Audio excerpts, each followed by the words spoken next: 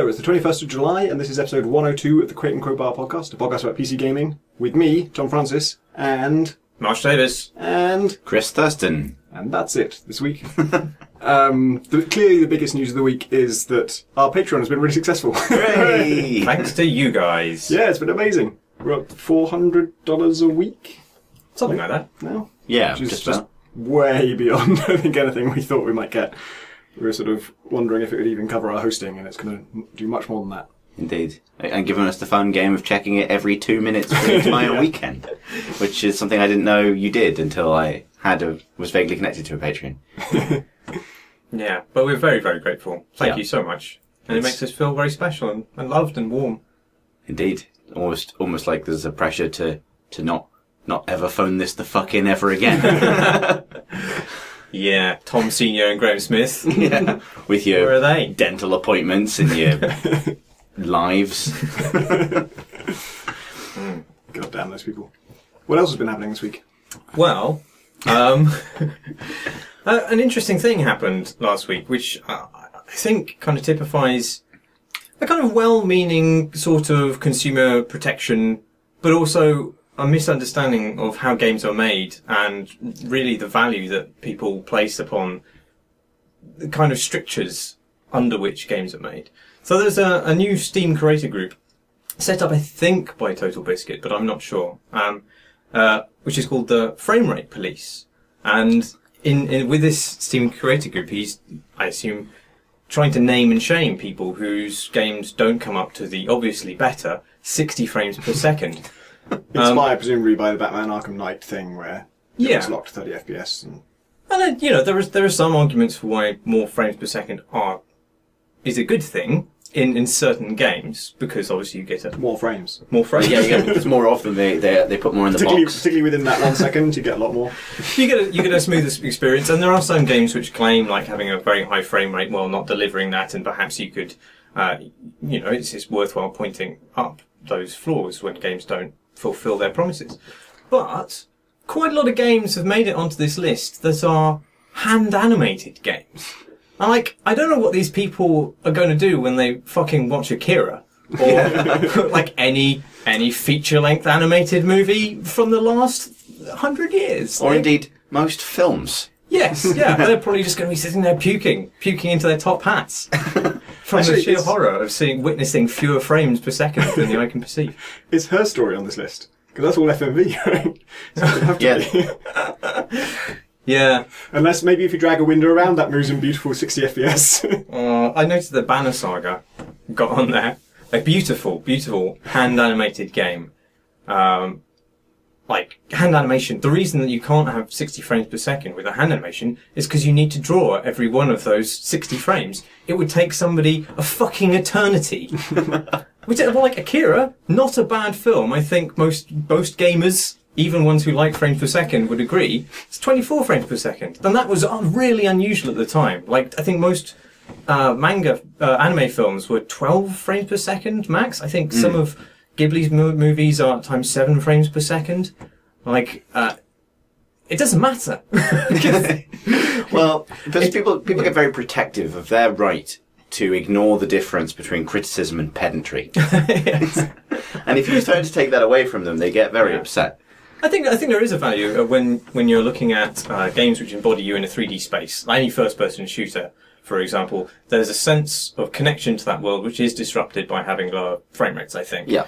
But when it comes to observing something from a distance, like, The Binding of Isaac or something like that, that kind of perspective you get in a game, it really doesn't make that much difference. No. It's like field of view. I can see the argument for it being a mandatory setting on most types of game, because some people will feel a bit ill if the field of view is too narrow, and so on. Where the object of the game is to immerse you perfectly in the scene, then giving players some degree of customization over what frame rate they see that at and how wide it is genuinely useful. But it's also a completely reasonable parameter for a developer to fix or adjust in pursuit of an effect. And the people trying to measure that with a ruler are not going to get very close to figuring out what that effect was supposed to be. It's like the people who used a mod to remove the black borders from Evil Within. Oh, yeah. Which was Mikami's kind of horror game was very well received, had big cinematic style borders around the screen. Which was not an accident. There was nobody at that studio who like leant on the giant borders button and oh doofus sent the game to print hundreds of thousands of copies without noticing. There were months and months of preview in which it was said that they were going to do this as well, which is the intention of it was quite clearly labelled from the start of the project. And you're allowed to say that intent didn't result in an effective effect, or that it wasn't, or you didn't like it. But removing it in order to fix it that's like fucking Lucas Special Edition level fucking it up, as far as I'm concerned. Like that's the FOV shot first. Yeah. Oh, that sounds cleverer than it actually was. Really was. Yeah. Or taking out removing the color grading from Battlefield and stuff like that. Like, I mean, more congratulations, isn't good necessarily. I mean, you've just disrupted what the artistic director wanted you to feel, and on some kind of subconscious level when you looked at those images.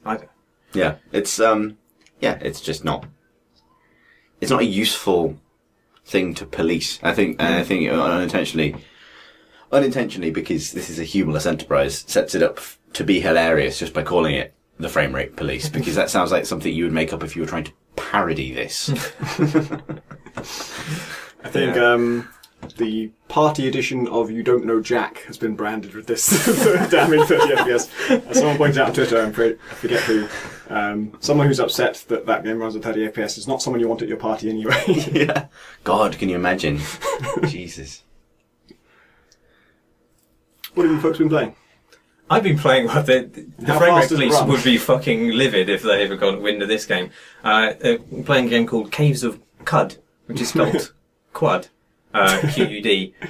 Not the entire phrase, just the last word of the phrase is spelled Quad. I hallucinated the rest.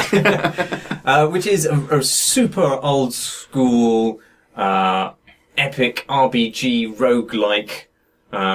Partly procedural adventure with a lot of simulation. It looks, I think it's been in development for a decade or something like that. And I think it started out as an ASCII game of the true kind of roguelike old school. And it's not an ASCII game now with its Steam early access release. It's got a tile set of some kind, but it's still super lo-fi. Like it's usually just a smattering of one coloured pixels on black is any given tile. But behind that crudity, there is great complexity, because it is outside it. It's set in some kind of future post-apocalyptic world, way in the future, to the extent that everything is completely unrecognizable. When everybody's a mutant, they're like sentient bears and plant people and things driving around, and you yourself can choose to be a mutant, and by fucking Christ, you are a mutant. Like, you can pick like so many mutations at the start, not just like a third nipple or anything like that, but you have quills. I think the guy I started with was an amphibian with burrowing claws and forearms, and he could puke slime. I didn't know your mum was in this, Marty. Oh God! Oh, how will you recover from this burn? I don't. That was one of your jokes. I know. That was so painful. Now you'll change your ways. Anyway, so that's a pretty cool character to start off with in a game, and like that has fairly significant impact on the way you play, and that's one of probably the less exciting builds that you can go with, I would imagine. So you could have like a psychic robot that clones himself, and in fact, in the Steam description of the game, it says that you can clone yourself, mind control your clone, and hack off your own limbs. Should you want to. I don't think you get very far in the game. Is that use the clone to hack off the real user? Yes, right. I think so. Because that could go either way. But so that's kind of cool, and there's obviously a lot of, there's a lot of breadth that's given to its combat as a result of that. If you have 4 arms, sorry, I'm still talking about You've got your 4 arms, then you clone yourself, and then the clone cuts off all 4 of your arms. The clone can then carry those 4 arms with them as weapons and could quad wield its own clone's severed arms. I don't know that isn't possible. I mean, it does have that kind of level of granularity to it. There's a lot of simulation going on. The Steam page also suggests that there is a fully simulated political system that you can manipulate in there. There's thousands of years of history that you can dig through. The landscape, I think the kind of things are generally in the same place when you play the game over and over again, like, a set of cliffs are in the same place, but they will look completely different. And the towns stay the same, and things are in the same place in relation to them, but the actual geography of each kind of map square changes whenever you go through it, and the kinds of creatures you discover there. So there is a lot of randomness involved. But there is a kind of central quest which you're meant to do, which I think is the thing that isn't quite finished in the early access build. But there's obviously just fucking tons and tons of stuff to do in the game already. But I won't ever get that far, I don't think, because it is just fucking balls hard. And it's balls hard not just because combat itself is just almost instantly lethal if you come across the wrong level guy, and you can't necessarily escape them always. It's also permadeath, which I don't think is really a great match for lengthy RPGs, because you put a lot of time into that and then suddenly you're dead and you got to start all over again. Apparently you can enable a save game mode from the debug menu, but it's, the fact that it's not there by default or not alluded to in any of the game's text, I think is one of the kind of problems I have with the game, in that it's very willfully obscure in a sort of chest-thumping hardcore way, and I don't care. Like, the Steam page had sold me on all this amazing procedural stuff and the simulated systems. I really want to see that. But, like, it's just so hard to interpret how you even interact with it. There's no mouse clicking. It's like everything's on a hugely complex game. Everything's on a obscure key binding, and it doesn't help you find them. It doesn't tell you, what mutations are good to have together, which will let you survive the first few minutes of the game, and let alone any kind of ongoing strategy. And I don't know. There's quite a few games of this sort of level of ambition, which also match that ambition, particularly kind of procedural like Dwarf Fortress and so on, but match that ambition with just a resolute lack of interest in helping the player enjoy the experiences. I wonder why those two things so often go together. Like, why aren't there games which actually want me to have fun when I play them, that are those kind of ambitious, highly procedural, simulatory games? So it sounds like it takes a lot of cues from Rogue itself, because that was a game where you could build up this character over hours and hours and hours and then just lose it in an instant, and didn't explain itself, and it was brutally hostile. So I guess a lot of them just, people making roguelikes are often probably inspired by Rogue itself or by NetHack or something, some closer derivative of it, and so they just like those things. But I guess, like, I don't know if this is quite what you mean, but Minecraft is a game with massively interesting procedural stuff that does more to make it friendly. Yeah, it doesn't, but it doesn't have a fully simulated political system and those kind of things. True. You can't go through. I suppose you can to some degree, and if you're playing on a public server, but you can't go through Minecraft and discover the kind of relics of a previous civilization, which have been, with the backstory of which has been procedurally generated, in the same way that you come across things in Dwarf Fortress and they have procedurally generated backstories. Yeah, I think it's that the people who are both intelligent enough to make those games and obsessive enough to want to make those games are nerds. And so are not focused maybe on that initial user experience, or just maybe so embedded in a community that are already used to getting past all that stuff and already have this kind of built-in language that they've all internalized as to how you play a roguelike, that it doesn't even occur to them that it's inaccessible, because the people, they think they're making it just for those people. My objection isn't that the fact that it looks crude, like the tileset thing. I think I understand that that's a limitation of the fact that you have to do a huge amount of generation, and having simpler graphics obviously allows you to have more variety, and kind of, it doesn't really matter that things don't match up very well. You don't have to have something look cohesive in an artistic sense. I understand that, and that's totally fine. I just feel that there's a kind of resistance and almost hostility towards allowing people to just get into those kind of experiences. I just don't really understand it. I wonder if there's a point where, if the game is accessible and there's lots of save game options and things, so you can really push and pull at the systems, those kind of precious procedural things that are the heart of the game come apart much faster.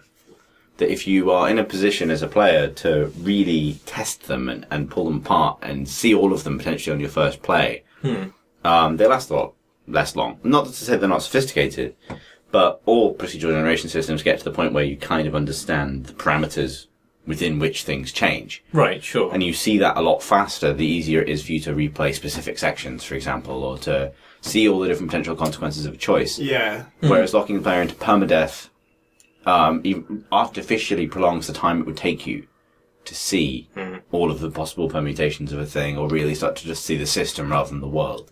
I like to think that combat is broad enough, though, that you would still find fascination in that game, regardless of whether the world's generation produced different things often enough. Like, I mean, the character I got, when you level up, you can gain a new mutation. And they're so lurid and fucking crazy. Like, you know, as well as spitting slime now, I can phase through walls, which is pretty great. and as I was finishing my review for RPS, like the premature evaluation thing, I was starting to have fun with the combat, but it was still frequently impossible for me to win certain situations, as far as I could see. Jack DeKeat, who we've had on the podcast before, tweeted that he's playing it and really enjoying it, but he's literally never won a fight. Everything he's ever encountered in all of his lives has killed him, no matter how low. Yeah, I've been killed by lily pads. I think is probably the worst thing I've been killed by in the game. Most humiliating death. They don't even move. How does a lily pad attack? I don't know.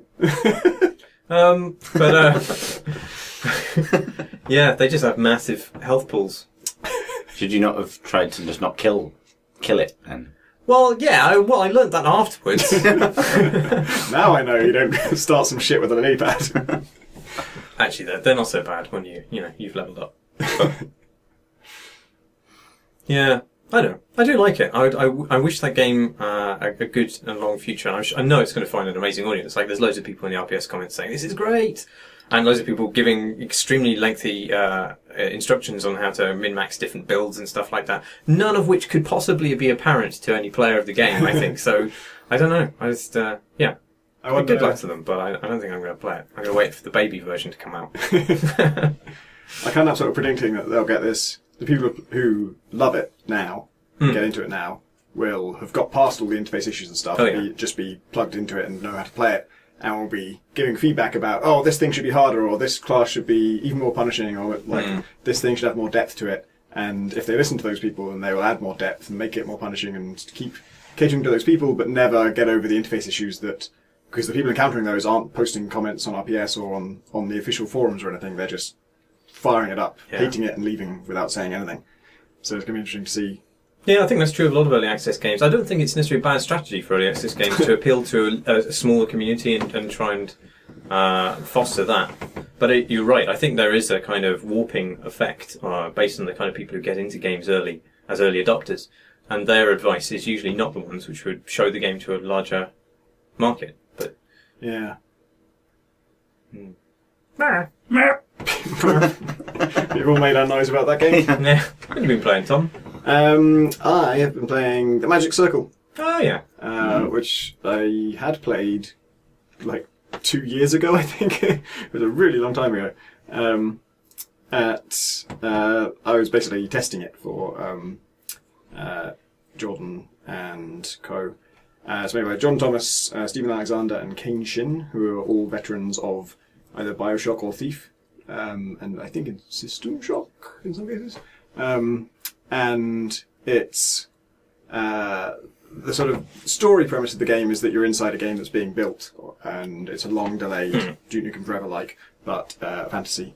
But mechanically, it's the conceit is that you can walk around this world. You don't have any weapons. You can't attack anything directly, but anything moving around, from actual enemies to mushrooms to just any kind of active object, you can edit, and once you edit it, you can change things like how it moves, what it attacks by, who it's allied with, what special abilities it has, and each of those sort of behaviours is treated like an inventory item. So if you edit a dog, as you should immediately, you can take its movement and you can take its melee attack and those become things that you now own and it doesn't. So when you stop editing the dog, it will have no legs and no mouth and just drop to the ground as a kind of sausage, which you can then pick up and throw around if you wish.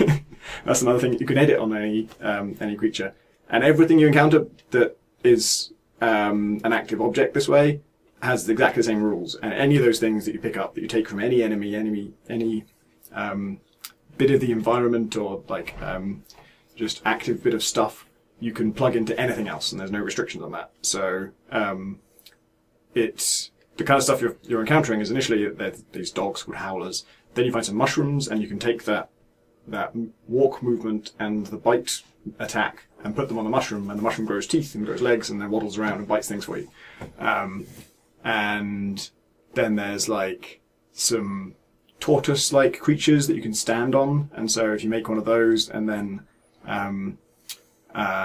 make it fireproof, you can go across lava because you can stand on its back and stuff like that. And that's the kind of puzzles that it has. It'll just put some things a bit out of your reach, and then you've got to figure out how to use your modified creatures to get past it. And it's a really strange structure because it's a big open area. Like from the moment that you get out of the initial plot intro, you are able to explore all of the kind of game space freely and do things in whatever order you like. And the tool set is just kind of amazingly huge and flexible in terms of like, is it just amazingly powerful as well? And I think it's probably, I don't know whether this is a criticism, but it's so ridiculously powerful that there's just kind of like 27 ways to solve a given puzzle, and the easiest one won't necessarily be the most interesting. The easiest one might be incredibly straightforward, but there are loads of other interesting ones to be found. And because it then piles that on top of a non-linear structure where you can go after any objective in any order, I found that I kind of, early on, I had no ways of tackling most of the obstacles I was facing. And because I played it before, I knew what I kind of wanted. I knew there was a way to make your creatures fly. I knew there was one to give them tractor beams. And I knew there was one for like hive mind, which means if you give one of your minions hive mind, then every other creature of its type will behave exactly like this one, including sprouting legs if it's got legs, or having whatever attack it has, or having it the same allegiance as that. And so I did that with corpses, because if you go to a corpse and then you give it movement, it just gets up, and if you give it attack, then it just produces a sword from nowhere. And then if you give it hive mind, then I think it's a group thing actually. Then every corpse you ever encounter of any kind will just get up and join your posse, which is an amazing thing to see. So like, I love it. It's I had a fantastic time with it, and it's a very strange game in terms of the first sort of half an hour-ish is all plot stuff that doesn't let you play around that much, and then when it lets you out into that open bit, that's about 2 hours of the game, and that part I just loved every second of, and just had crazy solutions and weird shit happening all the time. And then the section after that is completely different, and I won't say anything about it because it's very spoilable. But that kind of middle 2 hours is, for me, that was the meat of the game. That was the thing I really enjoyed. But as I say, it's so open-ended and so like it gives you so much power that it's not like a thing where you sort of come to each puzzle and think, how the hell am I going to solve this? It kind of, like I said, at first, all of them are like that. And then once you get those abilities, like once I had the ability for my creatures to tractor beam, then they could, any flying enemy or any distant enemy that I couldn't get to by any other means, they could just tractor beam him in and kill him. And I had another tool like that called Mind Swap, which was more powerful than I realized when I first started using it. And there's no kind of limit on how many things you can bring with you. So every time I got a cool ability, I plugged it into one of my minions, brought him with me. I think I had like a little robot with Mind Swap, which meant like weird psychic pink tentacles are coming out of my robot, and then my corpses are doing the tractor beam thing. And each one of those is kind of a killer solution. It can solve almost any puzzle. And you're using them to get even more killer solutions. Like I use my tractor beam to get the flying ability, and now my things can fly and they've got tractor beams. And then the Mind Swap guys can still sometimes just jump ahead and solve the puzzle before anyone else even has a chance to solve the puzzle, because it's so good.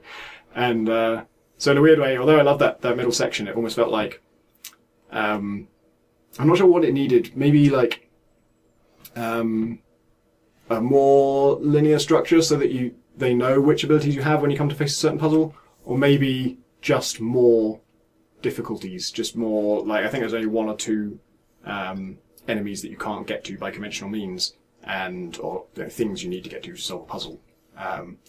And what I really wanted was after that middle 2 hours, I just wanted another 2 hours like that, but stepped up to be even more challenging and even more stuff to get around, because I had this such an amazing tool set to use.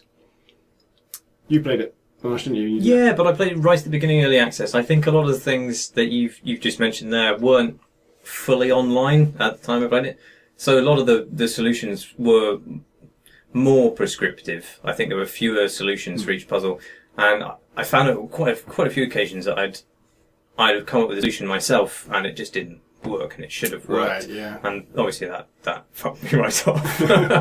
I had one bit like that. Where there was one puzzle where I was trying to get someone out of a jail type situation, and I wanted to kind of sort of throw something between the bars or cast something between the bars, and I found lots of little edge cases where I felt it should have worked and it didn't work, and I was getting annoyed with that. But then eventually it did work, and the thing I'd managed to get through the bars was a corpse, which then was programmed to hate mushroom wizards, and which I was then able to make get up and switch to my side and attack a mushroom wizard in order to kill a mushroom wizard, so I could teleport a mushroom wizard to solve the puzzle. And the solution that ended up working was just so convoluted and bizarre and sublime that I kind of forgave it for all the times that my attempts at doing something like that were blocked. What do you make of the story and the kind of allegory about video game creation and all that stuff? It didn't really do much for me. I mean, it touches on lots of big themes and discusses them in very direct terms. If you want to hear people talk about game design and hear different schools of game design clashing and stuff, you definitely get all that. So if it's something you're just intellectually interested in, then you certainly get that itch scratched. But as a story with characters that it gets quite dramatic, and it's about personal relationships between these people, but they are so exaggerated and so over the top that I never believed in them. Like right from the word go, it was kind of almost pantomime. It was, the sort of, what's the word? Auteur game designer who is in charge of this project is just such a complete pompous fool, and it's very clearly established right from the word go that he's a complete pompous fool. And then there's two other main characters who you hear from a lot, and they're each just the absolute caricature of what they could be. There's an obsessive fan who's just the most absurd caricature of an obsessive fan. And there's like a sort of mechanics-oriented, like pro-gamer type person who's just an extremely exaggerated version of that. And so I never believed in those people, and so I never cared about their relationships particularly. And so it didn't work on that level. And it sort of seemed to... At first, I just thought, oh, well, they've just decided to go away from that because it's so exaggerated that it just seemed like a choice. And I noticed, I feel like I might be imagining this, but I feel like it was only as they came up towards release that they started calling it a comedy outright. Maybe they were always saying that, but certainly on Steam pages now, a dark comedy. And when I read that, I thought, oh, that's strange, because I was thinking of it as like a mechanics-driven puzzle game. That's how I would have described it. And so when I started playing and they were so exaggerated, I thought, oh, I guess they've just kind of gone in the pantomime comedy direction. But then the way the plot develops, like I say, just sort of it's all about the... Yeah, there's some pathos in there, isn't there? Unsuccessful, I'd say. There's some pathos. But it played as if they expected me to really care deeply about these characters and what happened to them. Maybe they don't. Maybe it's just sort of, those are the players that they use to tell this kind of allegorical tale about game design. Yeah, I think that one major weakness of the story is that it's set up that this auteur has been making this game for a ridiculous amount of time, and the reason that it's a highly anticipated game because his previous game was so amazing and touched people's lives. One of the characters is a QA tester who's like a super fan of the previous game, but nothing about the Magic Circle, like the game within a game that you're meant to be playing, suggests that this person could design games, and it just doesn't make a case for any kind of credibility to why would people be so in love with this? You know, I don't know.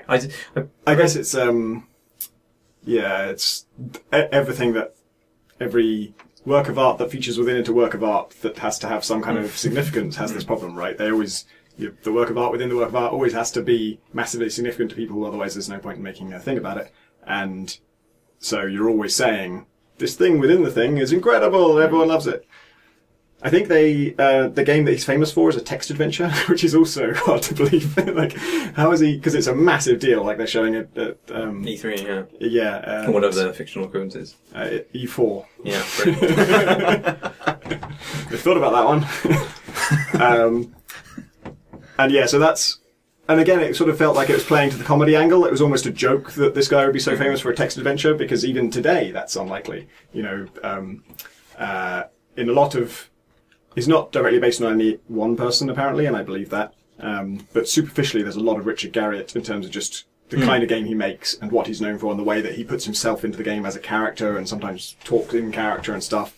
And in fact, there's a little thread about someone wanting to make his in-game persona killable so that you can kill him, and Richard Garriott would appear in each Ultima game as Lord British, and always try and make himself invincible. And I think in every Ultima game there is a way to kill him. Initially just through glitches and like, oh, he technically has 9999 health rather than being invincible. And if you drop a certain thing on his head or trap him in lava or build a thing around him so he can't get out and starve him, he can die. He was famously assassinated in Ultima Online Yes. during a live event. fantastic. Yeah. I wrote an article about this for PC Gamer once. The sort of the history of killing Lord British. Really? Yeah, have you read Austin Grossman's book, You? No. Because it covers a lot of similar ground in that it's set in a studio stuck in some kind of development hell, making a sequel to a game which has been, you know, hugely one of the most lauded games of all time. And it's obviously based to some extent on Ultima, that original game, and the MMO, early MMOs and things. And it makes a very good case for why those games weren't just successful and touched people's lives, but why they were horrendously complicated and amazing, you know, pieces of technology and art, and why the people making them were close to being geniuses. I'd have rather had some sense of that from the Magic Circle, but I didn't really get it. How did you feel about its? It has a lot to say about schools of game design, and as in like story-driven, prescriptive stuff versus mechanics-driven, more player-empowering stuff. And it also has a lot to say about whether game designers should be auteurs and have their own vision and stick to it, or whether fans should have a say in it and take over. Did you feel like it made good points about that, or? Not really. I mean, I felt a lot of the E4 thing is a bit of a kind of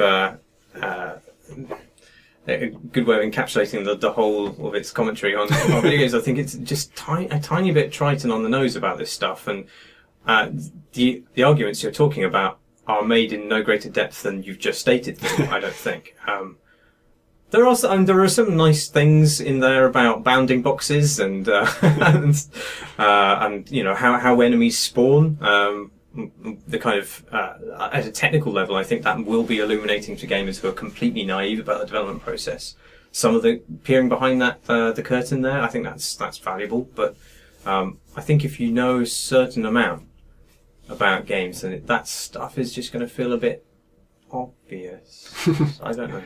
I felt like it was sort of, with some of those dichotomies, it was.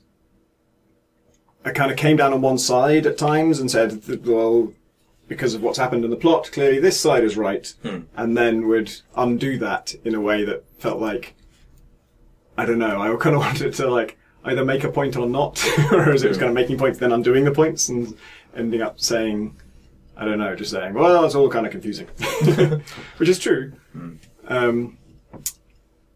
Yeah, I think my favourite stuff was the story-wise was the little notes you find that are kind of logs of conversations between the artist and the level designer. Oh yeah, there's some good stuff there about designers asking too much of their artists and artists being rather precious and so forth. Well, I'm sure that stuff is taken verbatim from their from their diaries. Is there a possibility for Magic Circle to act as a sort of introduction to these ideas? Because I'm conscious that we, and almost certainly anyone listening to this, is going to be in that position where the various arguments in game design are kind of pretty old news, you know, like given certain drinking games that we respect on this podcast. Like, you know, there's a degree to which, we're not necessarily the audience for it. But I'd be quite interested in a game that you could give to somebody who, given that, you know, so dark comedy puzzle games are traditionally very good entry points to gaming generally, Portal being the absolute standout, tonally and in terms of its mechanics, like one of the best games you can ever give to somebody to impress them why the medium's really interesting. Is there a degree to which you could simply act as a kind of like, hey, this is actually the kind of thing people talk about when they think about the art of games. Like, if you were to show it to somebody who would not necessarily be familiar with that kind of critical discussion, is it an interesting entry point to games criticism, basically, and the kinds of things people discuss? That games criticism isn't just, is it WoW? And what are the FPS? Yeah, no, I think it is. That's the name of my next launch mag. Is it WoW? Is it WoW TM? I think it would be. I don't know if the actual mechanics of the game make it too technical for a completely that kind of end of naivety to. Yeah, I also think there's a lot of stuff that's just weird and ambiguous about, like, actually, who am I and who's this guy talking to me? Like, developers, you know who they are, but there's another character who's talking to you all the time, and it's never totally clear who he is and it's very reliant on tropes that I think you'd have to have imbibed over the course of a decade or two of gaming. So there's references to System Shock and visually and kind of in the text of it as well. And I don't think the environments would mean very much to you, because there are lots of different games in the single game. So as you go through it, you're kind of an archaeologist unpicking different eras in which this was suddenly a sci-fi game and then aborted and became a fantasy game. And all those things are kind of crashed together in a way which I think, unless you were really familiar with the cliches that it's lampooning, you would just find a bit of confusion. So I don't know. No, I think, I don't know. There is in the third act of it, it does do stuff that I think people who are completely game naive and naive about development would find in some small way instructive about how games that are paced, particularly. But I don't know if it's sophisticated enough to be informative for people who, say, fiddled with an editor once. There's a great something in the third act does a great job of giving you sympathy for developers in a way that I've certainly never seen before. And in general, something worth saying is it's just a really surprising game. You've probably never played anything quite like this, and each part of it is surprising. Yeah. What have you been playing, Chris? So I've been playing. I was away this weekend, and I've been playing Dota 2 and Rocket League. So there's two games that I've spoken before about at varying length. I don't think I have anything new. Dota? What do you call it? It's Dota 2.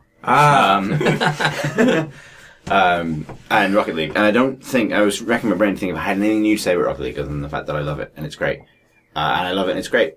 Something about the Dota experience that is actually 100% locked to Dota and therefore possibly of interest and isn't going to just fucking sunder our Patreon dollars in a single stroke. Paid now, motherfuckers.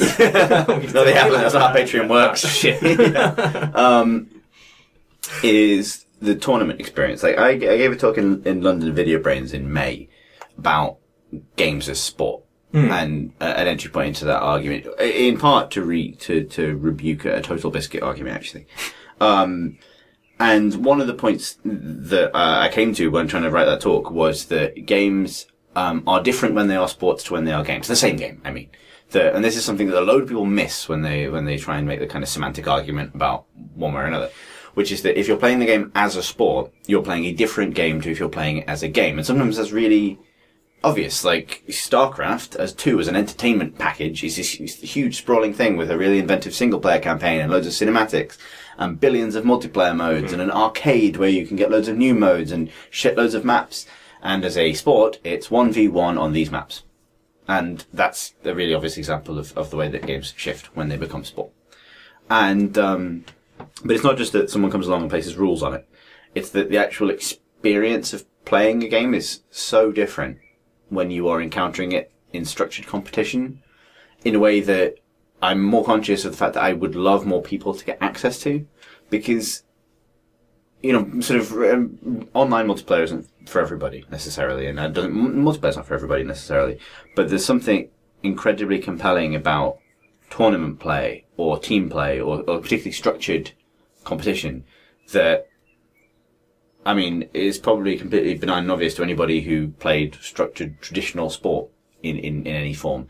But I think opens these games up in a really kind of rewarding direction. So I'm playing this Dota tournament with Pip, Phil Cameron, who's the UK editor of Kama Sutra, and Matt Cox, who's been on the podcast before, and Robin, who is my friend Robin, who's an illustrator, who is also a member of the Hot Dukes. And we created this team, Uptown Dunk, for this games industry tournament called... What was the team name? Uptown Dunk.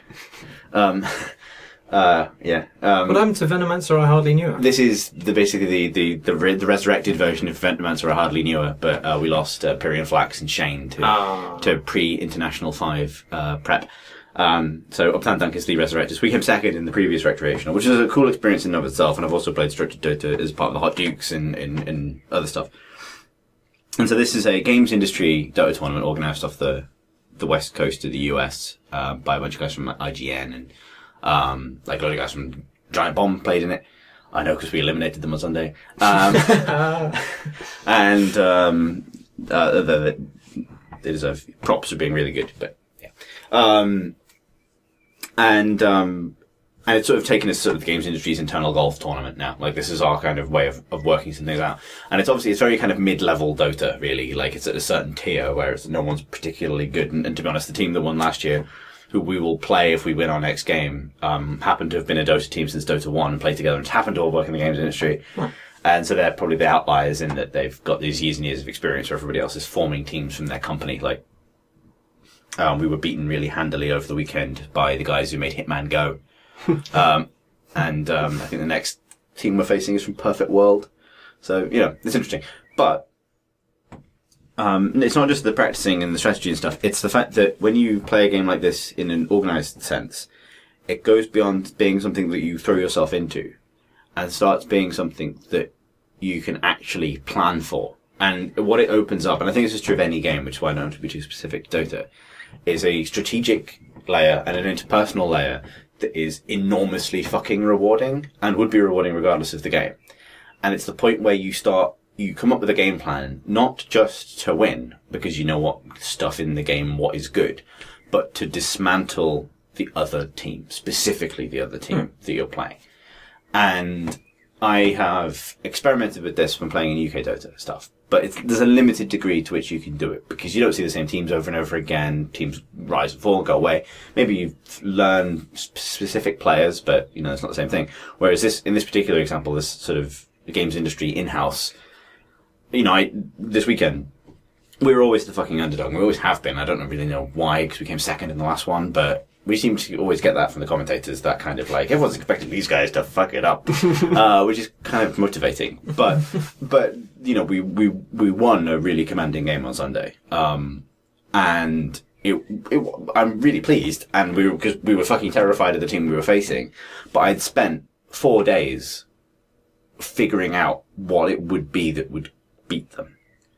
Exactly, because they have a phenomenal mid laner, like a very individually very skilled player. And I'm used to playing in a team that leans really hard on its mid laner. And it was like, how would I beat that? And just the strategic challenge of mapping it out and coming up with a plan to counter it, to make it work against them, is enormously gratifying. Having it work is obviously the payoff. But just the strategic process, which is something you don't get access to in any other form of multiplayer that I can think of. If we play HOTS after this, we jump on, we don't get that thing of like, how do I personally make this one person work against his team when previously he's the core of it normally? Or how do I exploit this tendency that they have? It's what I used to love about learning military strategy. And it's only possible, I think, when you have this huge precedent for the people you're playing against. And maybe you get it if you play the same person in Street Fighter all the time, or you're really used to something but it's mega rewarding. And it's rewarding to watch that game again and sort of watch and see it through somebody else's eyes, see it through the caster's eyes, where you sort of see that, they don't really know why this is working yet. And they don't know that, the points at which we're delighted that our plan's coming together or something like that. but also when we fuck up. And when we fuck up, it's because we're not going to the plan that we had. But the plan was sort of broadly intact the entire time. And this sounds all like blowing smoke up my own arse, really, but like it was, but it was this. That was the kind of. It was also a level up point for me, I think, because it was like I've not pulled that off before I've tried it, but this is probably the first time that I've tried really hard in the try hard sense of the word, and actually have it kind of yield a result. Especially, it's nice, a surprising result. Like I was worried about this team, and having spent all this time coming up with a strategy and having worked, and now I have to go away and come up with strategies for every other team we might play to the same degree, because we can't win otherwise. But like that's still kind of. I'd love to find the game that gave people access to that, but it's not really a game that can do that. It's a social structure. It's some sort of level of play that allows people to strategize at that level. There's also fun stuff in StarCraft 2 tournaments where players will practice under like a throwaway account so that people can't look at their replays and get too much of an idea of how they play.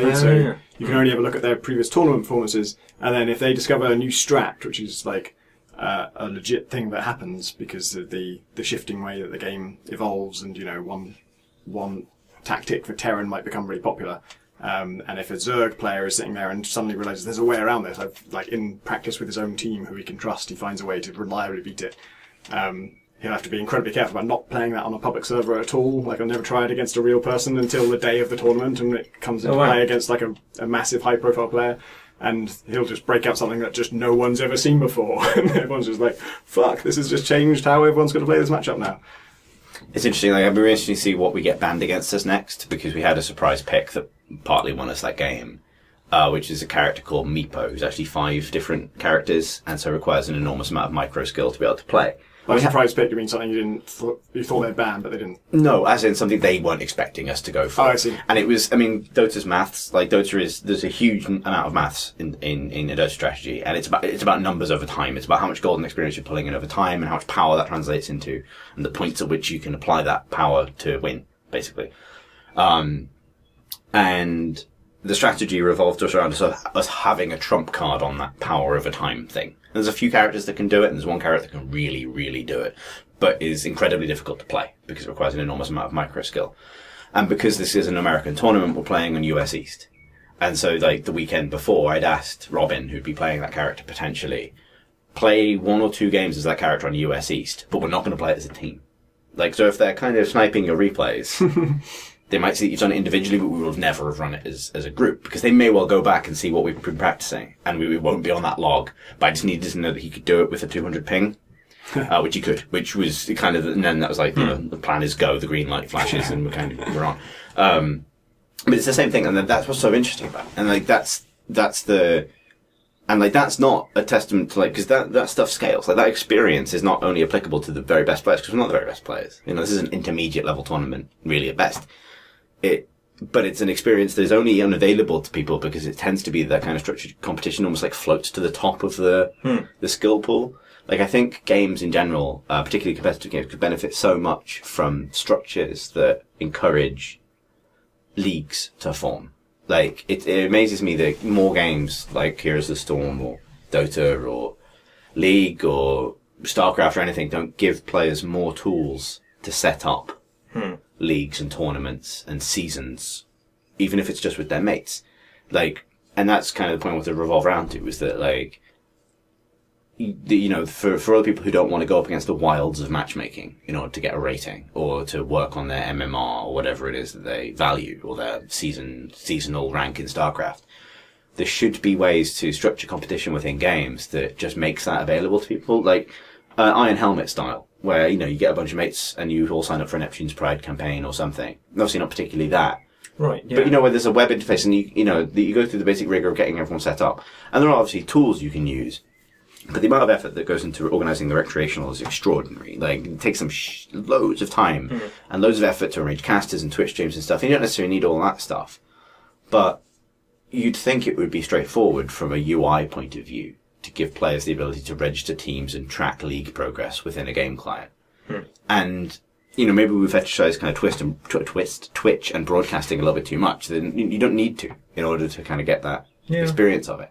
And I kind of want to see more of it. Like, there are a lot of different ways of playing those. There's a lot of different ways of playing every competitive game, whether you queue solo, or you queue with a regular stack, or you queue with a rotating circle of friends, or you do something like this. But this seems like almost the way that these games are supposed to be played, in a way. Because it opens big aspects of it's not just like, it's almost like getting access to a new game feature. That's kind of the point. It's almost like part of the game itself is locked off behind a wall, simply because of a lack of access to the social features and structures that would make it possible. Is that stuff locked off? I imagine it is in HOTS, because they know that it's alluring, and so they want you to play lots of games before you can sign up to the ranked stuff. To the ranked stuff and the team play. I think you have to hit max level before you can start a team or join a team. We still haven't tried it because so few of my friends. Yeah, I'm still 2 levels away. Yeah. Yeah, but even if you joined, we'd still need 2 other people as well. There's only me, you, and Stanton at the moment playing it. Really, and our friends. And I don't know why that stuff is withheld, other than the obvious reason that the longer that people play that game, the more likely they are to buy hats and Beatles. I simply don't. I don't understand the logic for locking off more ambitious forms of competition, because I think that's what a lot of people get from it. Like, I'd be locked into that on a much more committed level if there was 5 of us and there was a social reason. Yeah. A social pressure for us to play games together on a regular basis. That seems like that would get people fucking snagged, wouldn't it? Yeah, this is what's nuts. Like, there's a bunch of companies. Faceit is one, ESL is another, Gfinity, all these external esports companies that run big tournaments on the high end, but who have cups you can enter for £100 at a time, with your team. And a lot of it involves getting used to external IRC stuff, crazy plugins and websites you've got to get used to navigating in order to enter cups. And that is a barrier of entry that takes you a level above everybody else. And obviously it's daunting entering competition like that. But I don't know why it isn't in the game client. I don't know why you can't go in HOTS. Oh, okay, even if we all need to be level 50 or something to do it, we've got a team. We will now plug into UK seeding bracket 95. Is it because the kind of competitive structure of this already exists and there are like business relationships that need to be preserved in some way? Like, I don't know how this stuff works, but I know there's lots of money involved in broadcasting and setting up these tournaments, and maybe people who are making these sorts of games realise that they're getting an audience by associating themselves with those companies rather than the other way around almost. It doesn't feel like the reward from that would be big enough to hold back the kind of the actual community end from participating in structured competition easily. Like, it's a self-selecting system at the moment because you have to form a team and be willing to sign up for some weird website service in order to be able to play competitively. Only a small percentage of people are going to do that, whereas presumably more good players would rise up and become audience accruing personalities should the system be more open at the lower end. Like, I don't know. It's interesting because honestly, like, I play a lot of solo ranked Dota as well, and that's fine, but it's not the same game. Yeah.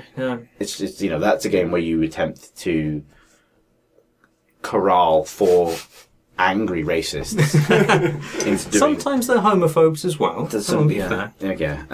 Into doing something vaguely in their own self-interest against the clock. And it's just a different computer game. Like, it's fun. My friend Zach has what he calls is it Ariana Grande or Grand? I think it's Grande. Grande. The Ariana Grande strategy, which is once when playing, I can't even remember if it was Dota or a MOBA of some kind. His team were getting shredded because they're all just doing different things, and he couldn't persuade them to follow his instructions, and no one else was stepping up. So one of the players was just called XXX Ariana Grande XXX, and he said, "Okay, she's in charge. Everyone just do whatever she says," without knowing anything about whether she was any good or even wanted that role, and just to kind of declare that everyone had to obey what she did. And I think they pulled together because it doesn't really matter who's giving the orders. Just someone giving the orders and everyone following them will be better than nothing. Yeah. I'm on like a 9-game streak in solo rank now because I only play characters that can either stop aggression, heal, or, well, basically those 2 things. So either here at the late on a really big wall, or a hero that freezes people to heal them. Because those two options are the perfect options, because they basically account for almost every scenario, where it's like, we're not going aggressive enough, I'm going to literally trap the enemy I want you to kill in with us. Or you're going too aggressive. Oh, a wall's in front of you now. I guess we'd better get back, briefly, until the rest of the team can get here, you idiot. Yeah. Do you guys watch any of Evo? I saw the amazing fail. That was astonishing. Was this the thing you linked So in our this chat room? Yeah, this is That's fantastic. the Evolution tournament or event, in which there are many tournaments, but it's kind of the heart of the like beat 'em up competitive scene, and in one of those matches, Guilty Gear, I think. So it was a round, I think, and the guy won the round and was fucking delighted, as well he might be, and stood up and faced the crowd and threw his arms in the air and stuff. And in this structure, like, you're just sitting next to your opponent, like right next to them, looking at the same screen, I think.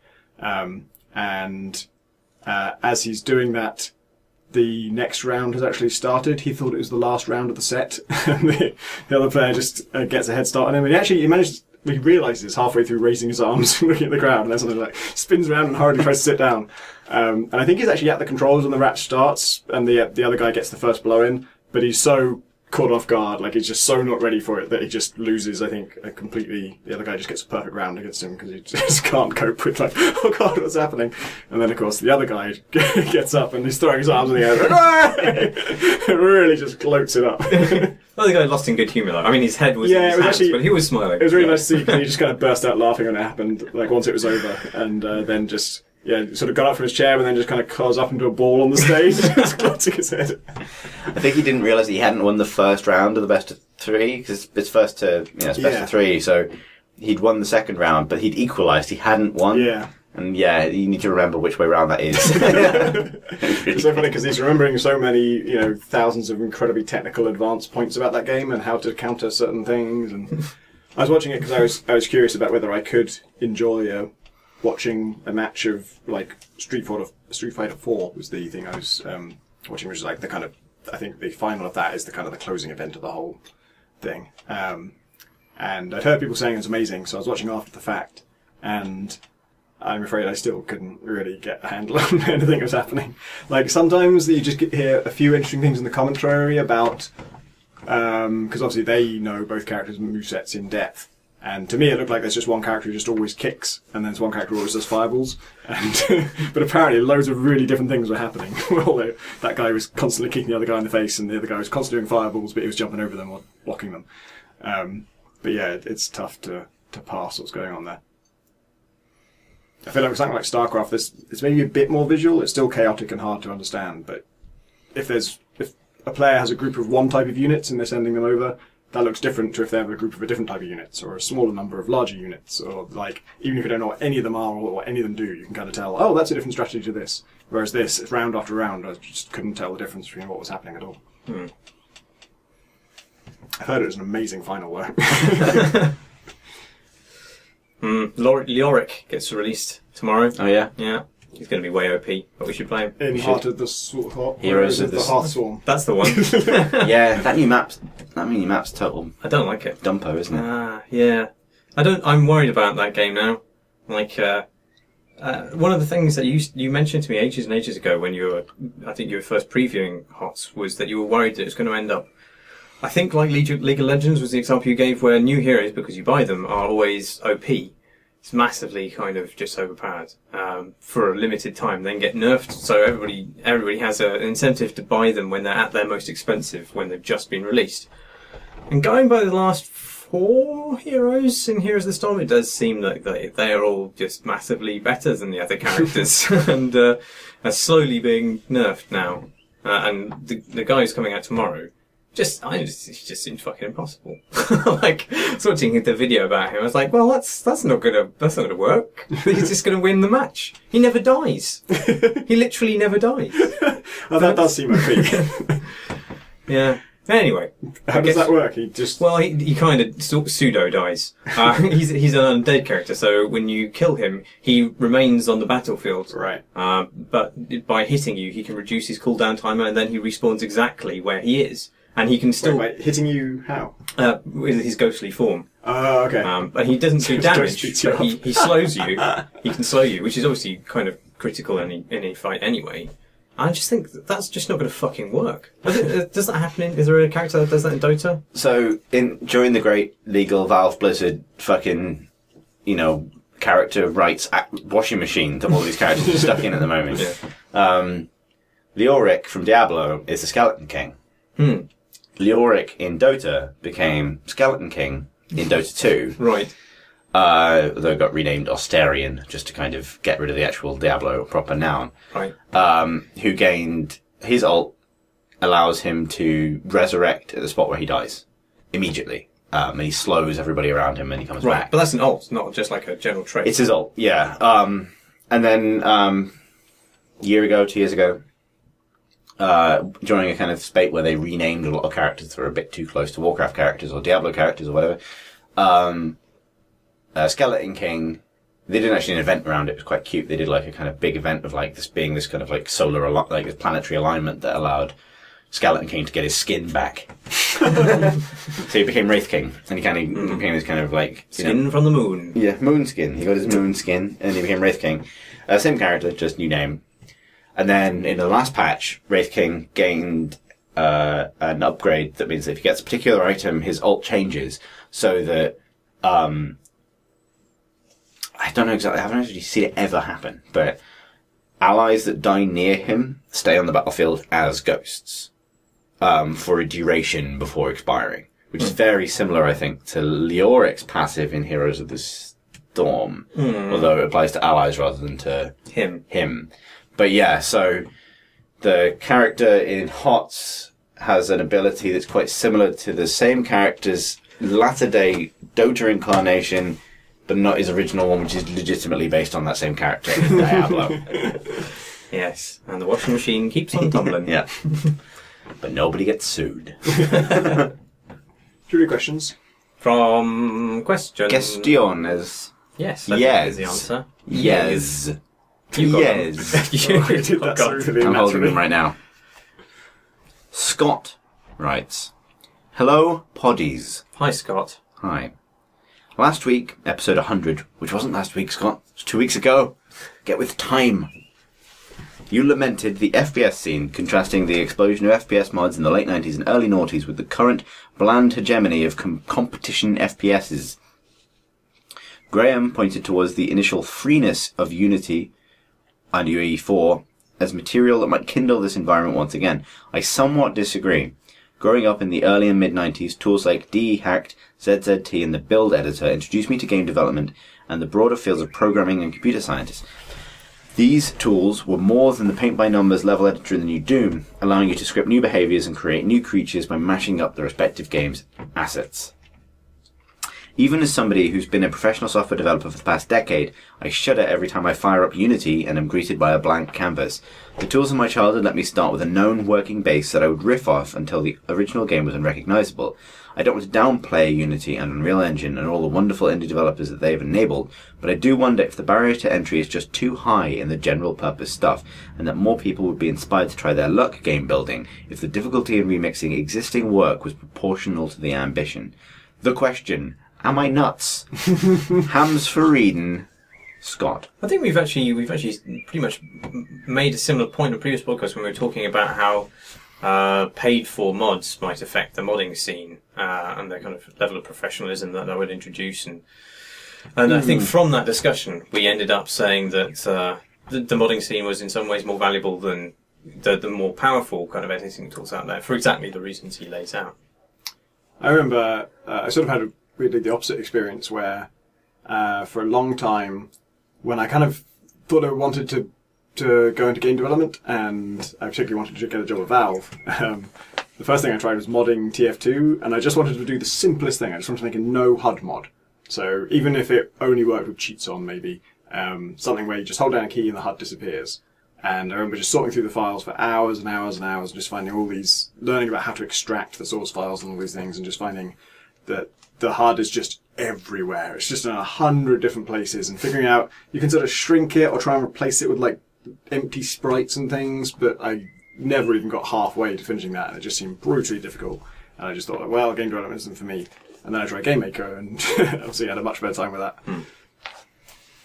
I think I can kind of see both sides, because because modifying somebody else's work, hopefully in most cases allows you to see an immediate return on your effort, in a way that, I've done Game Maker tutorials, and I, did the one that I imagine everyone does, where you make 1942. And, as in the scrolling shooter, 1942, not the year 1942. I was confused. I actually recreated the entire year 1942, and having completed no wonder you didn't get through it. having subsequently completed the most complicated act of game design that ever been accomplished, I decided to never do it again. No, I made a game where a little plane shot the other little planes, and as happened in 1942, and dark period. Yeah. Yeah, the RAF just flying up forever. Strafing left and right.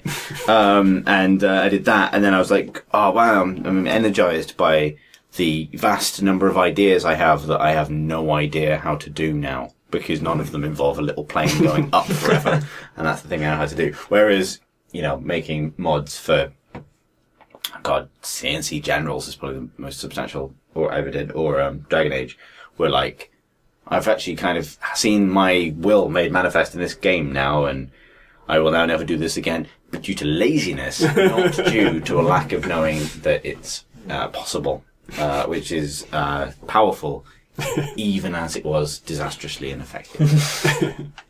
But I don't know. But yeah, I can totally see that, maybe forcing people to actually make something from scratch and build something entirely their own gets them to having a game faster than modding somebody else's work could be. Particularly now in the era where Valve are probably done hiring everybody who ever made a mod.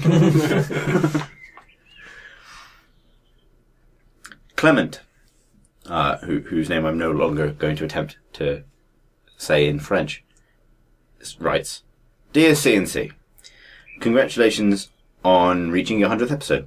I only recently discovered your podcast, so I am glad there's already so much back catalogue for me to listen to.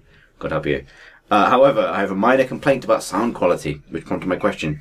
You see, I often listen to you guys while driving a battered old noisy Renault 19. I did try that one in French. Renault. Renault.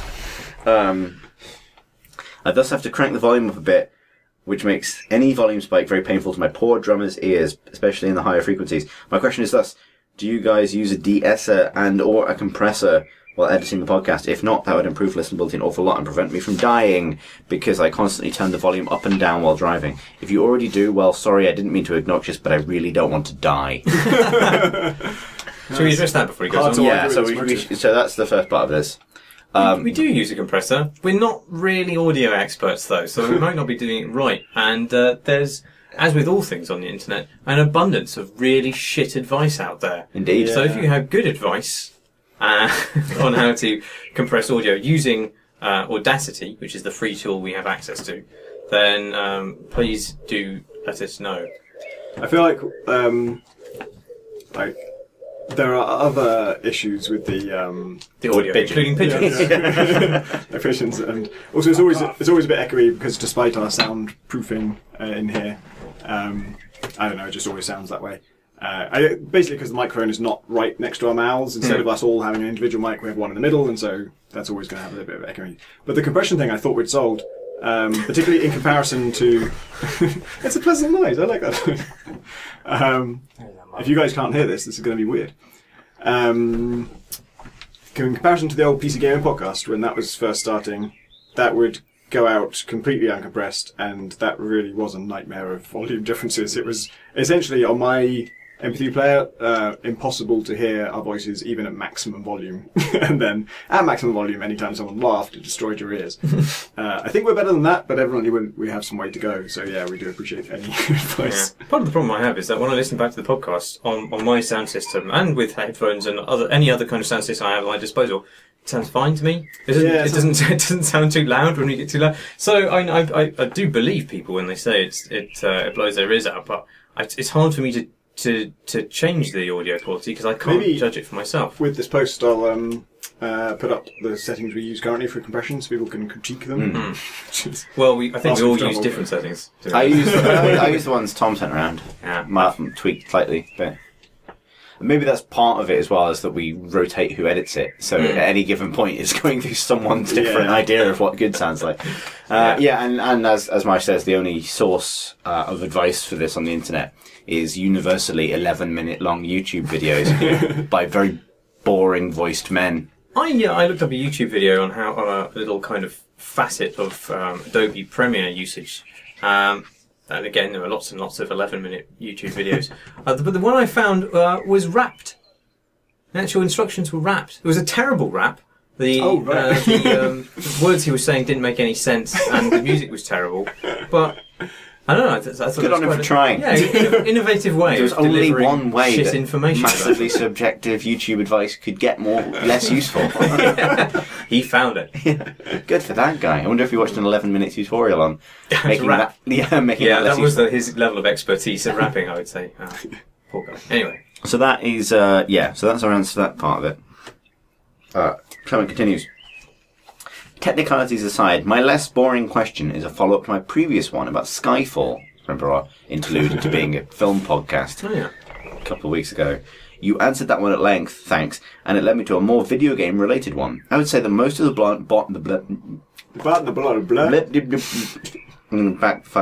I would say that most of the Bond cliches and absurdities in the second part of the film, Skyfall, are to some extent tongue-in-cheek comments on the history of the series. Is my response, rather than earnest Bondisms. Do you have any examples of a video game series willingly parodying itself, as if the developers were apologizing for past incompetence, or examples of one episode in a series making fun of the developers of a previous one? Think Rocksteady versus Warner Brothers Montreal. Thanks again for a great podcast. Clement. I think I do have an example of this, but it's tricky to say without totally spoiling it. I think GTA 5, I mean, we might have discussed this on the podcast before, but there's an introduction of a character in GTA 5 who rapidly gets horribly humiliated and murdered brutally. And he's quite an important character in one of the previous GTA games. I wonder if that's... It feels so pointed. Yeah. Like, it feels like the makers of that game are making a point about, okay, we fucked up with this character in the previous games. Now there's going to be our catharsis of ruining this. Like, maybe somebody who wrote that character had a falling out with the studio or something. And left. I'm sure that's not what happened, but that's the kind of level of vitriol that seems to be. Yeah, it's interesting because it's hard to. One of the characters involved is about as close as GTA has ever gotten to having an outright anti-hero, where it's a character who is basically 100% good, and is always trying to do right by other people and the world they find themselves in, who exists outside of the law, but is basically a good guy in almost every way, whereas GTA trades in... well, no, actually, I thought GTA 4 generally traded in anti-heroes, whereas GTA 5 is a game exclusively about arseholes.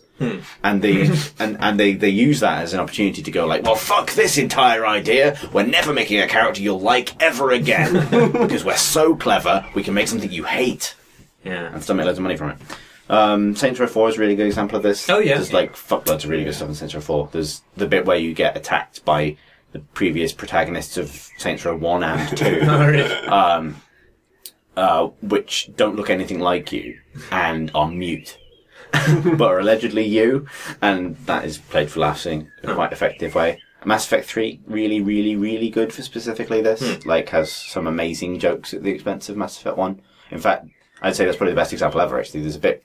There's a recurring character, Conrad Werner, in the Mass Effect series, who shows up as your adoring fan in the first game, who wants your photo taken with him, and you can, like, punch him in the face or not. And then, minor spoilers at this point, Mass Effect 2, he shows up, given that you've vanished for a certain amount of time, he shows up pretending to be you in order to fill the gap you've left in the universe, and you can either talk him down or encourage him in doing this.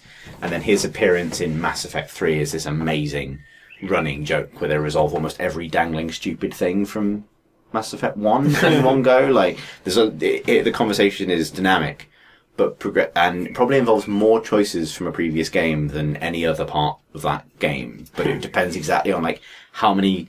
There's like oh man, I could help you with this very specific patent into Prothean technology, but oh shit, It's an ancient Asari. If only we had a collection of Asari matriarchs' writings that could be collected, one of 20, from different asteroids throughout the galaxy. And then if you had them from Mass Effect 1, Shepard will say, I did actually collect all of those for no apparent reason at the time. And if you get all of those things right, you get an amazing war asset. If you did everything in Mass Effect 1. But it's all done to highlight how pointless all the shit you did in Mass Effect 1. Because the scenario which they all turn out to be useful is so absurd and convoluted that... There's a Father Ted episode about like a remote control wheelchair and a prosthetic arm, and then it's like, what kind of ridiculous situation could ever require these two items? It's basically that. I think that's my favourite one. And Mass Effect 3 Citadel, which is the last piece of... last little expansion they did for Mass Effect 3 is fan servicey. Brilliant, I think. I still haven't played that, I really need to. Oh shit, you really should. It's so good. It was so...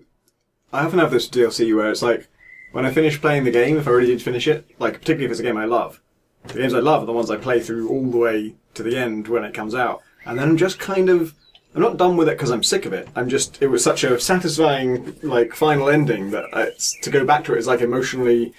upsetting in some way. I got to kind of like dredge up all the old feelings and kind of re-engage with it. You should see the extended cut endings because they're really well done. And actually, Mass Effect 3's DLC in general is really good. Yeah, I haven't done any of it. So replaying it. Actually, I haven't done any DLC for the whole series, I don't think. Huh. Well, I mean, I think except for stuff that like came with it at launch. So you didn't do like Lair of the Shadow Broker for Mass Effect 2? Oh yeah, I did do that because I reviewed it. Yeah, or like, yeah, but like Mass Effect 3's, all of it except Omega is, I'd say, dead good. And all, like, it fits really seamlessly into the campaign as well. So if you happen to replay that game, it just sort of feels like this should have always been here. Right. And then Citadel is like the best epilogue that series will ever have. Like, it's very good. It's very, very, very funny, which is different how these things usually go. John Hicks. We know that guy. We know that guy. Hi, John D. He writes, Hi, chaps. Regarding your discussion about the perplexing futurescape of Cars, as in the film Cars, this has already been much discussed, and there's a compelling argument that it actually takes place in the same universe as Wall-E. What? Really? Yeah. So this is spoilers for Wall-E follow. After humanity returns to Earth at the end of the film, it rapidly becomes extinct as the tubby, mollycoddled humans prove incapable of surviving in a post-apocalyptic landscape. Lacking humans to serve, robots craft new forms modelled on the cars that once filled the planet. There's a good write-up here. He gives a link to the Mary Sue and a headcanon article about how this is... Someone spent time on this. Having potentially ruined two otherwise heartwarming films, I may as well go full marketing and ask which previously two unrelated games you would suggest might share the same universe, perhaps for the purpose of ill-advised resurrection in the white heat of a newish console generation. All the best. John T. Well, the Magic Circle and System Shock could be linked together because they're sort of... Magic Circle pretty directly references it. FIFA and Call of Duty. There's really no reason they couldn't occupy exactly the same world. Yeah. Do you think all sports games technically take place in the same world? Sports world. Yeah. Planet Sports. Yes, they're all just the sports parts of our world. They do from, but only from the same publisher. That's what you're getting. It's like the Marvel Universe. That's why it's EA Sports, not, in one cohesive universe. I think it was the tagline. This is not really answering the question, but all of Brendan Chung's games take place in the same universe, even though some of them are spaceship combat games and some of them are spy thrillers in the 60s. There are just like little references, and one of them's like a zombie apocalypse survival strategy. There were theories for many, many, many years that Dragon Age and Mass Effect were in the same universe. Oh yeah. Because both of them involve a underground blue mineral that gives people magic powers. Which I think was just a nod at the time, but people were taking it quite seriously. Yeah. That often happens, isn't it? Where there's some kind of... just an intertextual joke. Yeah. And people are like, it's proof! It's proof, it's all the same, everything's linked. People are probably going to notice that I've reused some sound effects and heat signature at that point and be like, oh, they're in the same universe. Are they? Or maybe I'm just lazy. Are they, though? Probably. Who knows? Whatever, they might as well be. We did a crossover video that explains that they are and how their plots. Oh, of course you did. That was your April Fool's. Sorry. Made a Oh, joke. of course, yeah. You made a joke you've already made. The new rebooted Tomb Raider and Kirby's Epic Yarn. See that. I'd love to see a rebooted Tomb Raider and Spelunky in the same universe. Just a traumatised woman being chased by a very slow bat.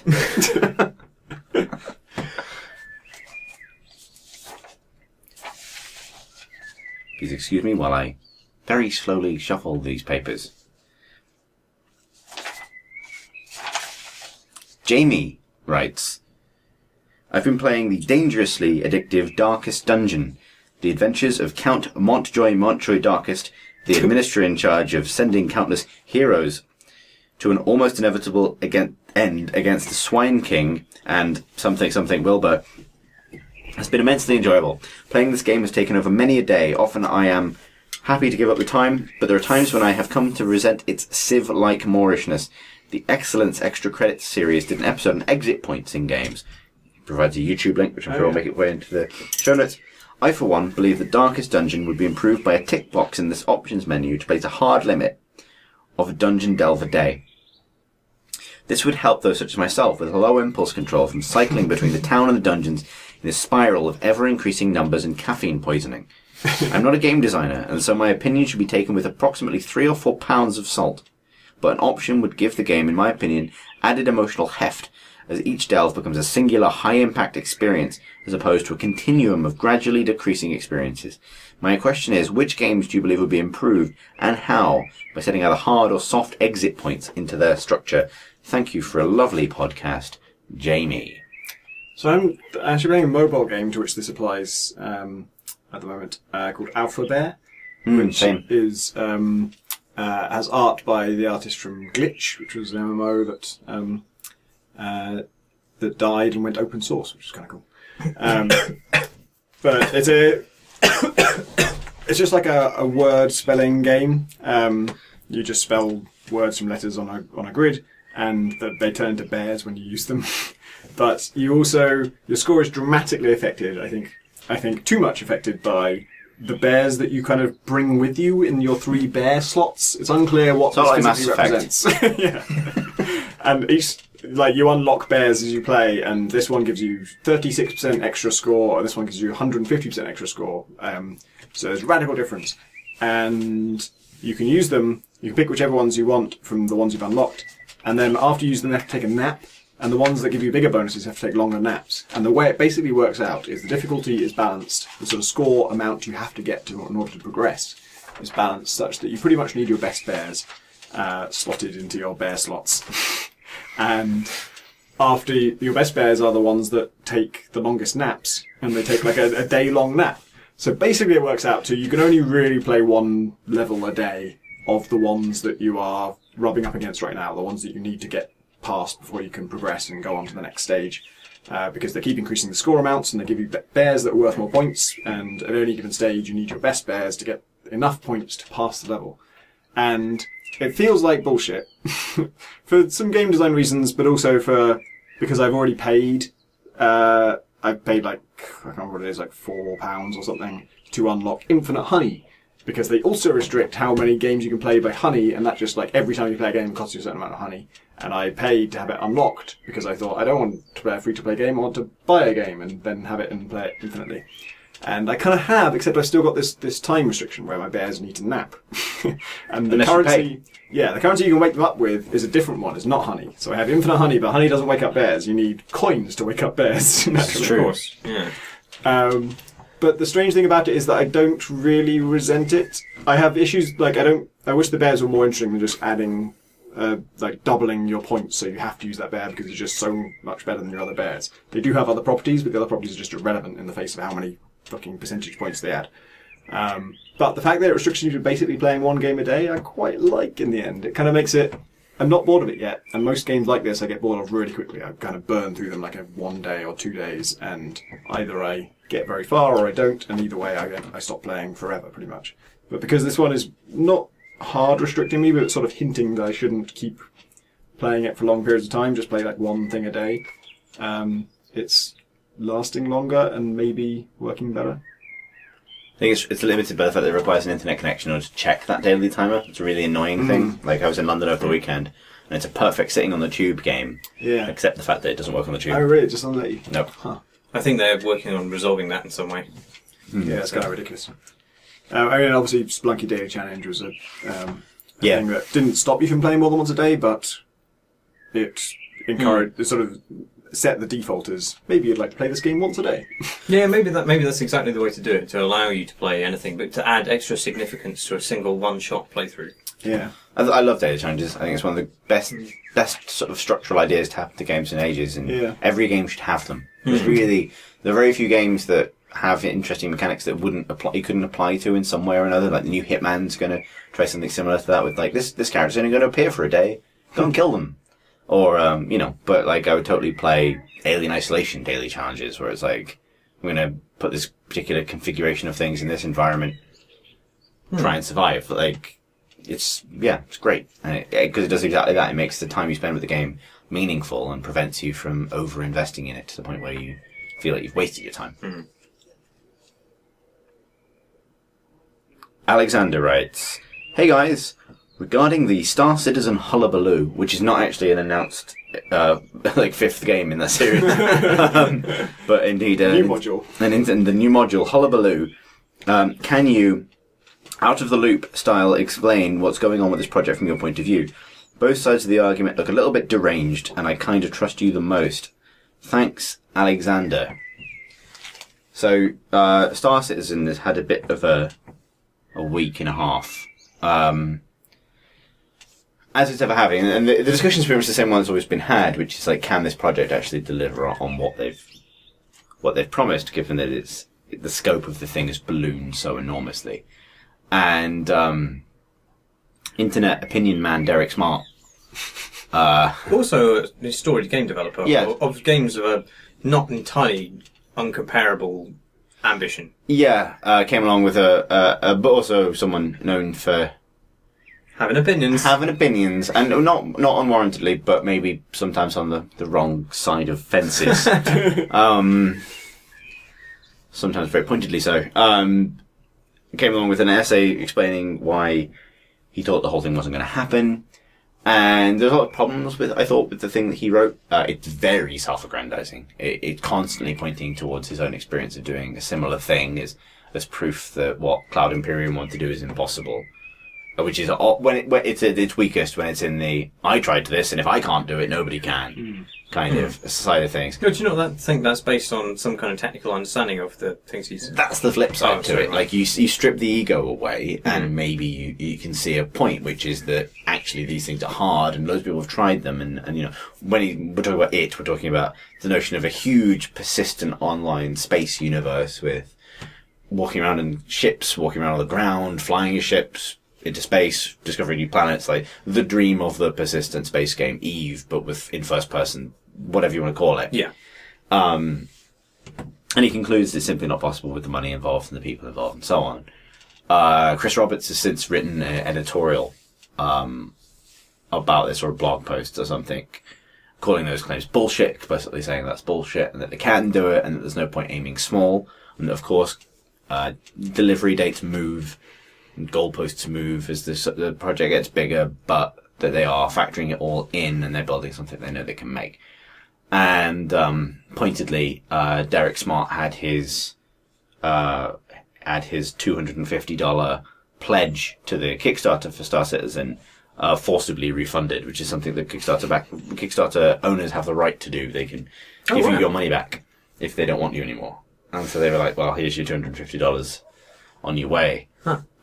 Which is a bit catty. And they claimed it was because he was abusing his access to their backer forums to spread, misinformation and promote his own agenda. Yeah. But he said, presumably this must be true, that he actually never posted on their forums. Like, he has, been very vocal critic, but he hasn't been using their forums to do it. In which case their argument sort of falls apart. And it's such a tricky one, because neither side in this gains sort of immediate benefit of the doubt, I think. I think Derek Smart could have written an article that was a fifth of the length of the thing he wrote, that just gave the numbers. Like, as soon as he's talking about how much things cost, that's when it's interesting. when he's wanking on about games what he's made, it just doesn't. It's not relevant because game, expertise changes, tool sets change, the amount of people involved change, so on. God knows how many studios Clad Imperium have now, but it's a lot.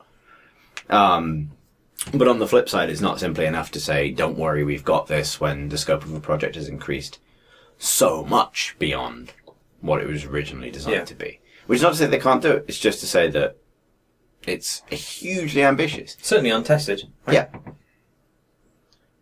Yeah. I mean, I've played with their garage, the space garage that you buy your ships to walk around in, and the fidelity is extraordinary. It's buggy and it doesn't run very well, but the fidelity of those ship models is amazing. Like, they're easily the best spaceship interiors I've ever seen. But they're just spaceship interiors at the moment. Mm. And you trust, I guess, when you made that investment, you trust that that work is continuing. But, trust deserves to be rewarded with a product or a result at some point. You know what I mean? Everybody who's put loads of money, thousands of dollars in some cases, there was a poll on like Star Citizen forums about how much money people have actually spent, and a lot of people have spent something like 17% have spent more than $1,000. Jesus Christ! And there are a lot of people in the thread going like, "Oh, I'm at 8K now."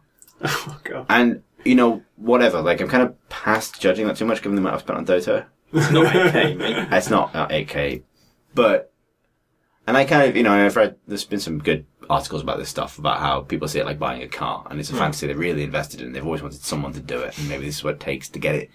Fair enough, but all of those people deserve a moment when those hangar doors fucking open and they take off in the ship that they've bought. And if that doesn't happen, it's an unprecedented disaster. Yeah, it's not, I'd be very reticent to invest that amount of it in a game, even if I had that money to spare. But the investment by itself isn't the thing that raises my eyebrow. It's the prospect of delivery. Mm. It is an untested. This will be the first time a project like this will ever come to fruition. There is no real precedent for a game on this scale with this many studios, this sort of funding ever succeeding, because it's the first one. So to put $8,000 of your money on that coming to fruition seems just ludicrously kind of foolish to me. But it's also hope, isn't it? Yeah. Isn't Star Citizen like the Jeremy Corbyn of space? Well, yeah, with fewer anti-Semitic friends, let's hope. Yeah, but so I haven't been keeping up that closely with either of them. What is the difference between Star Citizen and Elite in terms of ambition? Well, I mean, Star Citizen's going for like landing on planets, like proper walking around inside your ship. So if in the current module that exists, there's like the VR arena commander stuff, which it's actually pretty impressive in some ways. Again, technically, the engine needs work, I think, to run well. But what you get at the moment is a big hangar, different kinds of hangars, and you can walk around in first person and get in your ships. And these are kind of incredibly detailed devices. You can get in the beds, you can sit on the chairs, you can open the doors and lower the hatches and use the lifts and stuff. And the interior of the ship is far more detailed than anything Elite has ever done. Elite shows you a cockpit. This is and it is genuinely impressive. It feels like every individual ship environment. And it's of a level of detail with something like Alien Isolation in terms of like that kind of incredible, focus. There's some really weird stuff. Like one of the luxury ships has a toilet, as a ship should. But the toilet is like entirely behind a frosted glass window, which would be pretty transparent if someone was having a poo in there. But you can't currently bring a player in to have a look, to see what someone else would look like in there. But knowing what I know about frosted glass, and imagining you wouldn't see like anything gruesome, but you could see some naked legs. You know what I mean? Like you'd see that there's a man pooing, and that toilet is like pretty much on the bridge with the glass facing the bridge. So if you were sat in the captain's chair of that ship, maybe it's a really disinhibited future. Maybe people are just okay with their body functions. But like, maybe they read out pooing in some way. Imagine that you were on the bridge of the Enterprise, right? Like the next generation Enterprise. Take the bridge, number one. I'm off to do it, number two. Exactly. But like, yeah, and like you can see Picard and all the other characters like sat around, and then in the background, through a frosted glass window, Worf is taking a shit. That's completely irrelevant. It's a testament how detailed that ship model is, but I have some questions about the utilitarian design of that ship. Maybe that's, when you're reviewing the ship in universe, like, this is great, but why do you poo in full view of the entire bridge? But that's what they're going for. They're going for that level of fidelity. So realistic and so compelling in its detail that you can be Horrified by horrified by where the toilet is. Which is great. But like, and when that all fits together, when that fits together with the FPS module and the MMO and the space stuff and the landing on planets and the trading and the combat and the exploration and everything else, you have the game you dreamed of when you played Elite, right? Which is the one where your life outside of that ship extends just that little bit further. Like, It's a really compelling idea. Like, I fucking, like, I really want it to work. And it's that thing, like, it is this blind hope because you're like, well, no one's ever pulled this off. Ever. Like, this has always been one of the great white whales of games design. Like, how do you make all of the different types of games people have ever made stitched together into one mega game that you can just live in? And so, of course, you're willing to spend thousands and thousands of dollars because you're not talking about a game at that point. You're talking about, like, your ticket to, you know, your life but in space. And it's so compelling. I hope that the people who spent £8,000 on it have already purchased £8,000 worth of pleasure in having invested in it. Yeah, that's what I think. Like, because if their pleasure from investing it is contingent on delivery, then that could be a worry. Or delivery on same the time. loftier things. Yeah. At the same time, I hope we don't live in that world where they're like they can just spend $8,000 and feel that pleasure just from having spent it. There's something kind of gross about that. Like, I just feel good because I spent that much money on fucking space, and even if I never get it, it's still worth it just to show I had this badge of Well, at least then you'll know. privilege. Like, you know, if it can't be done with this money and this amount of people, then it probably can't be done, at least on current technology. But that's still a bitter pill. Like, it's one of those things I genuinely am on the fence about it because I desperately want it to succeed. Yeah. Like, I think there's a lot of people, I think it's easy to say that it'll fail, and that would be a huge shame because everyone wants this game to exist. Like, if it exists, if it happens, it's amazing. We'll all be playing. Like, we'll all be at least tooling around in it, seeing the sights and Yeah, definitely. having fun. If it doesn't happen, as you say, I just really hope the people who are that far in have some recourse, whether or not it's money back or just knowing what they were getting into and being comfortable with that. You know, there's the people, you know, there's someone who kind of goes, well, I can't afford that, so I'll get the $100 spaceship. And who goes and visits it once a week in the hangar, who is waiting for the moment where you can take off and leave the hangar doors. But if that doesn't come... It's like, it's so tragic and just so, and comic. It's just this, it sounds like something from a dystopian novel that's like, not grand dystopia, but just like the tiny tragedies of the shitty future where people sort of, they don't even live in virtual universes. They're not even living their fake virtual life. They can't have their fake virtual life. Their fake virtual life is denied to them. And they just get to live like a sample of what that fake virtual life would be like if they could not You really get to vote for your wallet for something that might not exist.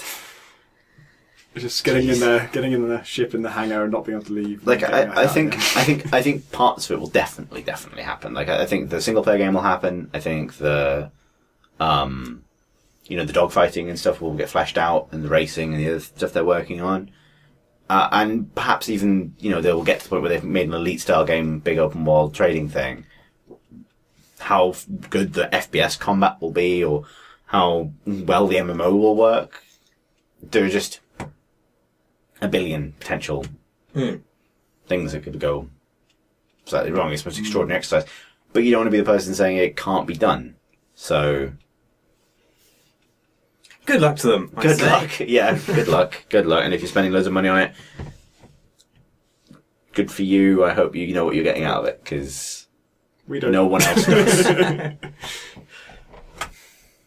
That is all the questions we've got time for. You can send us questions at questions@crateandcrowbar.com. You can put questions on our forum. You can just put them there. crateandcrowbar.com/forum. When it's up, that is. Yeah. It's up now. Is it? Yeah. We have been having some intermittent server issues we're going to try and fix one way or another. Related to the forum in some way? Yeah, when the forum is busy, it seems to wound the site. And so we'll figure that out. But yeah, Just jealous. it's up at the moment. You can also send us questions on Twitter at crateandcrowbar. And you can follow us on Twitter individually. I'm at Pentadact, Pentadact. I'm at Marsh Davis. It's Davies. I'm at C Thurston, that's CTHURSTEN. Hello, listener, everybody. Bah! Honk.